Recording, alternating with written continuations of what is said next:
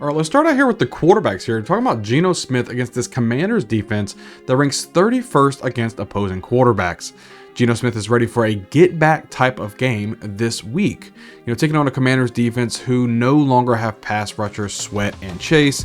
The Seahawks should be able to move the ball up and down the field all around this week. So Smith has a plethora of wide receivers to really pass to and should have fantasy owners just drooling at the mouth just looking at this matchup.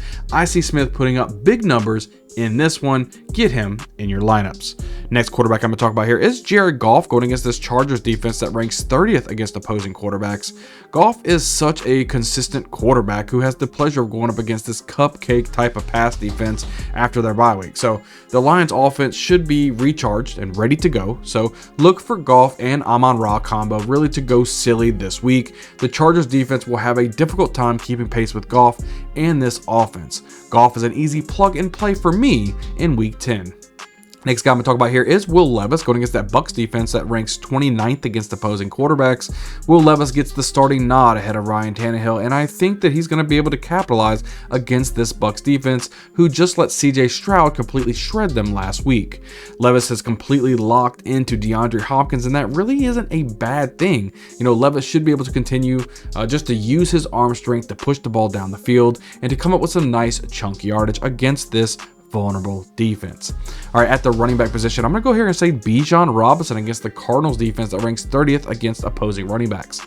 Robinson has been extremely disappointing as of late, just due to his almost 50-50 split of the timeshare in the backfield with Tyler Algier. So Robinson started the season really on fire as a rookie, highly touted rookie. People were super excited, and he has since really just kind of sizzled out.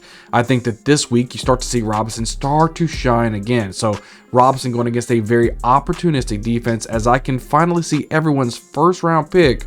Well, most people picked him in the first round in almost every single league. They finally give him the fantasy production that is expected of him way back when the season started. So next running back here, let's talk about Ramondre Stevenson going against that Colts defense that ranks 28th against opposing running backs. Stevenson has been getting the majority of the workload out of the Patriots offense.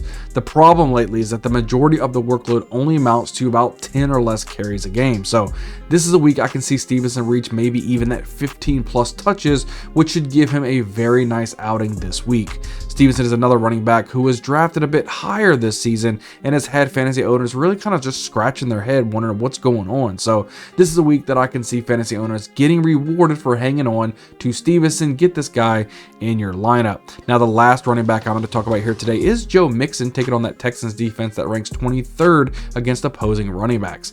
Mixon has been an utter disappointment thus far this season. Everyone, including myself, was really expecting Mixon to be producing much more than where he's at the moment. So a lot of that really could be attributed to the Bengals as a whole team just slowing start at the beginning of the season. So I could really see a good game this week against the Texans team who should be able to keep pace with the Bengals with as good as CJ Stroud's been playing, at least somewhat.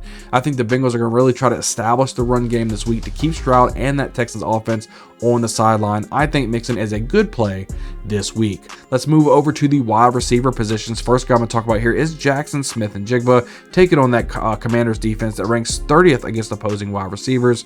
Smith-Njigba is really starting to come in as of late. He was a highly touted rookie coming out of Ohio State, and I think that he's really starting to turn into a really good quality type of wide receiver in the NFL.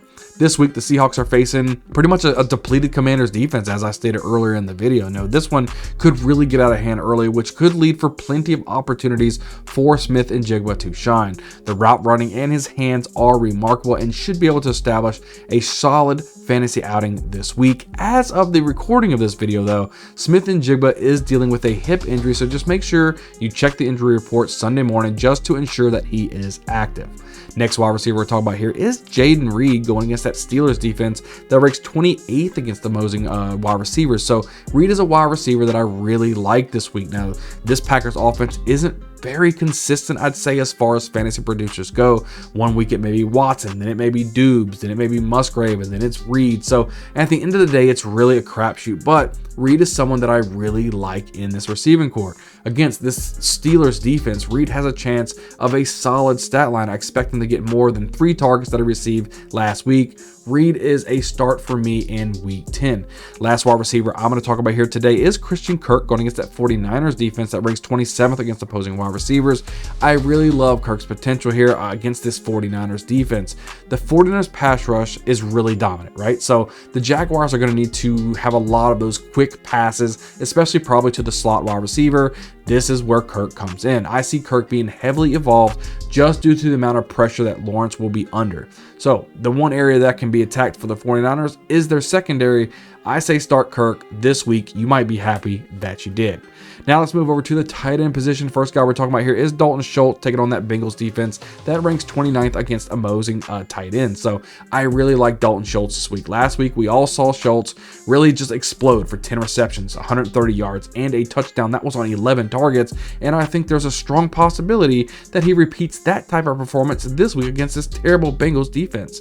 The Bengals are one of the worst teams in the NFL at stopping the tight end position, and there isn't a hotter tight end in the NFL at the moment than Schultz. So Schultz should be a very solid play this week. Next tight end I'm going to talk about here is Gerald Everett taking on that Lions defense that ranks 27th against opposing tight ends. Now, I've seen games where Everett's been very, very involved into the offense, as well as some weeks like last week where you see only 2 targets. So against the tough Lions defense, the one area that can be attacked is that tight end position. Everett will have a great opportunity to put up fantasy stats for your team this week. We all know how much Herbert loves throwing the ball. This seems like the opportunity will be there for Everett just to cash in on some solid fantasy points for your team in week 10. Last tight end we're going to talk about today here is Trey McBride taking on that Falcons defense that ranks 21st against opposing tight ends. It looks like we will see Kyler Murray under center for the first time this season for the Cardinals, which definitely bodes well for this young tight end who has been a really big part of this offense as of late. So McBride has shown the ability to get open, to make big plays when it counts. Now, with a competent quarterback, I believe that the sky is the limit for McBride within this offense. I am very high on McBride this week. Now on to the Bengal Tiger start of the week.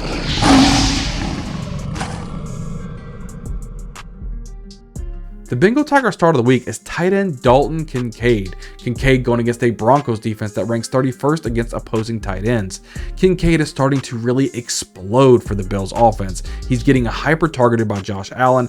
I love what he's putting on the field. His hands are looking great. Last week he led the team with 11 targets. Now, against a defense that hasn't stopped anything this season, let alone the tight end position, I can see Kincaid completely blowing up this week and giving you an easy win just based on the ample amount of opportunity he's going to receive alone.